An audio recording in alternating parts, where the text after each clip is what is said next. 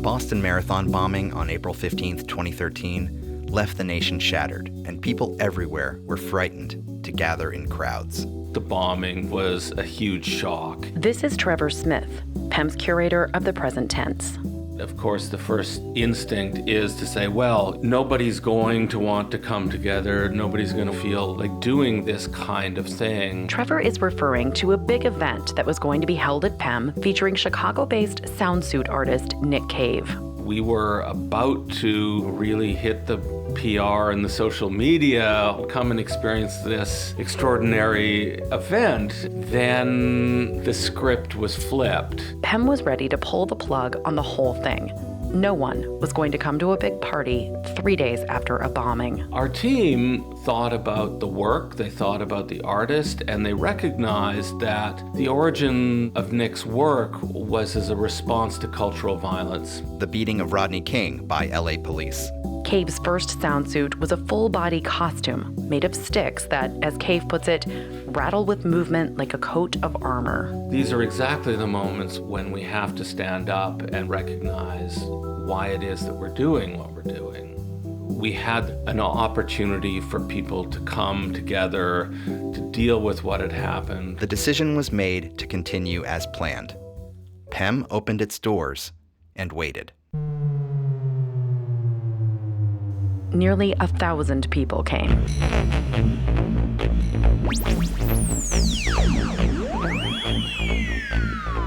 It was people from all walks of life, all ages, families, single people, older people, younger people. As the dancers moved through the museum, through the atrium, onto the bridges, just watching people's faces light up. Some of the dancers' sound suits look like Chewbacca's, covered in cheerleader pom-poms. When they dance, bursts of bright colors shimmer in every direction. It was this moment of love and strangeness and the power of music and dance and art to kind of allow us to transcend, even if for a moment. People danced all night with Cave's volunteers in their shaggy, shiny sound suits. You know, art helps us to understand what it means to be human and how to negotiate our lives in relation to other lives. The Nick Cave soundsuit invasion just turned into this powerful communal experience.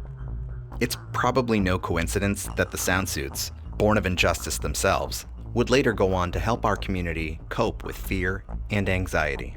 It seems that creativity and crisis are not strangers to one another. Welcome to the PEMcast, conversations and stories for the culturally curious. From a socially distanced Salem, Massachusetts, I'm Dinah Carden. And I'm Chip Van Dyke. As the Massachusetts stay-at-home order loosens, PEM is looking forward to reopening. Like in 2013, we are once again faced with the reality of opening to the public during a crisis. So, who will help us this time? Up in the sky, look! It's a bird! It's a plane! It's Superman!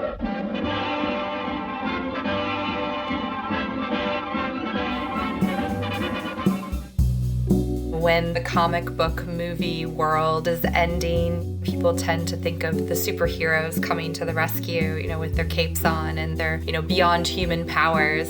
This is Petra Slinkard, PEM's fashion and textiles curator. The people who are our essential workers, our doctors, our nurses, the home sewers who are creating masks, dusting off their sewing machines, those are our true heroes. We've really had to depend on the domestic arts, if you will, or home economics in a way that we haven't really had to in many years.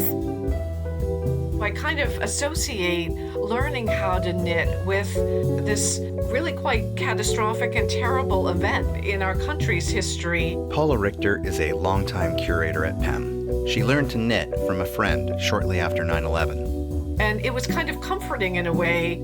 Handmade textiles, they're very tactile, so you have something that is pleasant to touch in your hands. I had the time to do it, and it was encouraging to learn something new and that I had not done before. And at the end of the day, or well, maybe not a day, many days, at the end of many days, you have a finished object that you can either enjoy yourself or you can give it to someone else. Certain textiles seem to represent specific moments in time. The AIDS memorial quilt, for example, or even something as universally recognizable as the bandana. They are very historic objects that date back several centuries. Bandanas first arrived in America through the international maritime trade, roughly the late 18th century. And the name bandana is derived from an original textile from India. Sometimes they were made on silk, sometimes they were made out of cotton. There were tie-dyed examples, floral motifs, and then later, by the late 19th century, you begin to get printed bandanas. Paula found a 9/11 commemorative bandana while browsing through a local shop. And it's now in the PEM collection as a 21st century example of this very historic tradition. These objects evolve over time, and then all of a sudden, when you least expect it, they crop up in a very particular moment in time for a certain reason. Like face masks. With the COVID-19 situation, it looks like this is a textile object that's of the moment. It's protective in a way, it's also protecting others. So it's kind of a community gesture, but it's also very personal because when someone has taken the time to make something for you, it reminds you of them.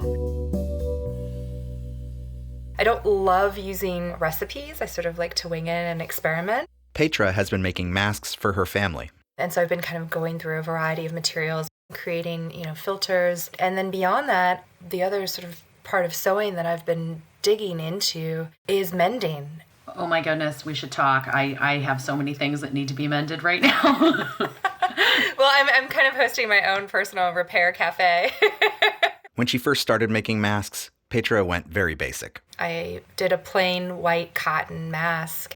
It felt so foreign to the way that I would like to perceive myself to be. It kind of erased some of my personality. So she cut out a cloth heart and pasted it right over the center of the mask. Not only did that act as sort of another layer and a filter, but it was a message of love that I was trying to present to people that I saw on the street. Petra explained that people will start to see face masks as a true accessory, one that conveys our own personal style. I have a mask covered in chickens that I wear to the farmer's market. My mom's church friend sewed it. Dissident artist Ai Weiwei has really taken mask messaging to a whole other level. His masks feature images of surveillance cameras, Chinese mythology, and the middle finger. Sales of these masks raise money for humanitarian and emergency relief efforts. There are a couple of well-known designers who are delving into the mask-making market. Alabama Shannon, Carla Fernandez, Jerry Lee Atwood are three people that I've been watching make masks that are very specific to their aesthetic. Petra believes that masks will soon be developed for very specific purposes. Your running mask versus your office mask versus your special occasion mask.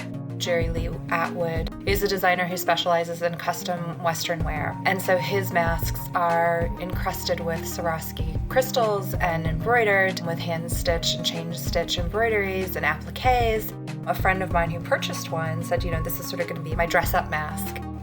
Okay, the idea of a dress-up mask, I have to get my head around. I know, it's true. The need for the masks that I'm designing are so grand. Like, I put them up on my website and I saw it in like 20 minutes. Erin Robertson is a fashion designer and winner of Project Runway from season 15. Like many of us, Erin has been staying at home since mid-March. Before that, she was very busy, designing costumes for a film project, creating specially designed Kentucky Derby outfits, designing a line of summer dresses, when all of these things were put on hold. I have like this thing in my heart where I'm like, I need to help everybody all the time. So I'm like, I just want to make all these masks so I can like get people in good masks. She put together a sewing guild to make and donate thousands of masks for frontline healthcare workers. Erin also put a mask-making tutorial on Instagram that got thousands of likes and hundreds of comments.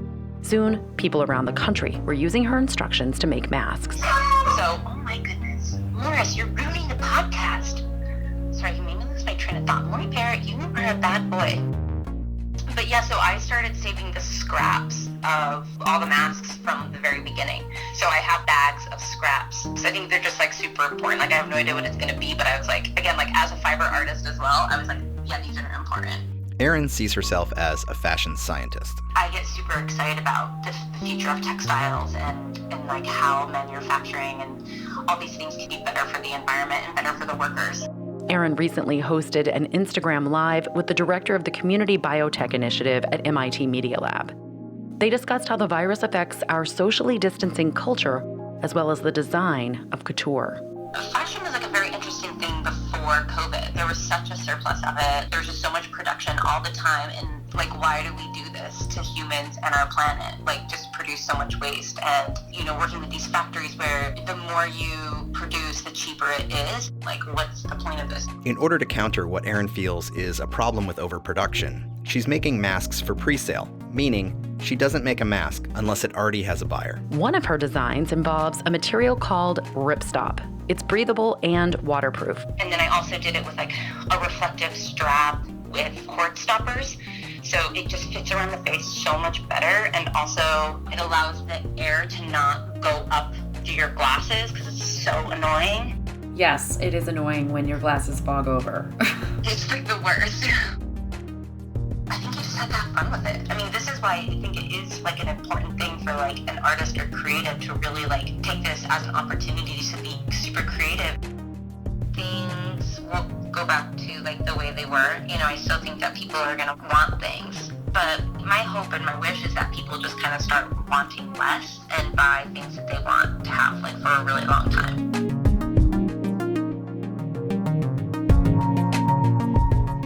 When given boundaries or parameters, I think that we experience as a society quite a bit of growth creatively, because it isn't just the sky's the limit. It's here's this box, now what are you going to do with it?